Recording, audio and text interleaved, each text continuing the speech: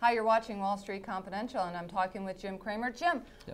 what would change your buying levels at this point? Okay, let's just reiterate where I am. Okay. I had made a downside target of 8,400. We exceeded that this morning. And the Right. downside target was made when the Dow was at 11,000. So it's obviously that I wasn't bearish enough. So now we revert to two different scenarios. One is 29 to 32, and there it's, that's just all bets are off, because what happens there is there's just no snapback. And you just go down precipitously over a couple of days.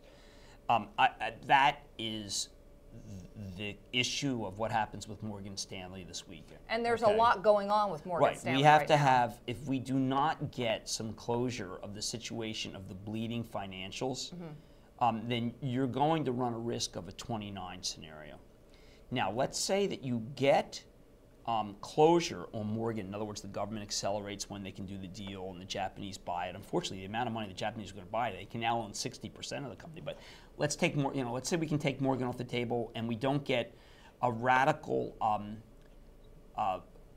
annuity broken contract from an insurer. Both of those have to happen. Then we are going back to an 87 scenario. And remember, 87 we had no bank failure, so it's a real dicey scenario. But in terms of velocity, it works. The snowball. There were two levels that people focus on in 87. They don't focus enough on Tuesday. They focus all on Monday. Monday, if we had a peak to trough Monday that is equal this time, then you're going to come in roughly at Dow 6,600. Okay. So we gap down to Dow 6,600, and then we hold, because that's the peak to trough from Monday to Monday in 1987. So that's an interesting analog that might work. If you use Terrible Tuesday, intraday, Dow 1400, which is what I counted them to individually myself. People have not used that work, but that's my own work from that period. Then you're talking about Dow 5,990. So you got Dow 6,600, 6,700 using a Monday close in 87, and a Dow under 6,000 using a Tuesday close. So what you would do in those two scenarios was that you would buy the first gap down Monday, but you cannot buy it all because of the potential for a gap down Tuesday. So if you've been listening to me where I said sell 20%, and then I said basically sell almost everything if you needed the money for 5 years. Right. You have only one choice here. You must be buying Monday and Tuesday. And what would you buy? Well, I would be buying consumer staples that have now been that yield more than 4, because interest rates are going to go through the floor.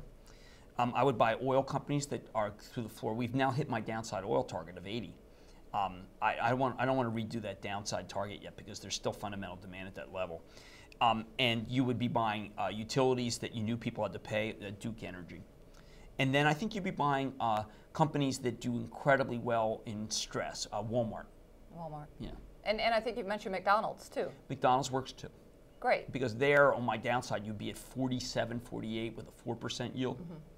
And I think that you're going to want to be very yield hungry, because interest rates are going to go through the floor.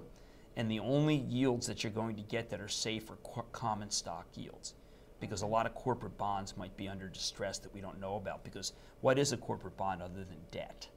See, we don't want any debt. Okay. But we want to shop for some yield. Yeah, you want to look at yield. Thank you, Jim. Deborah here. Stay tuned for more at thestreet.com TV.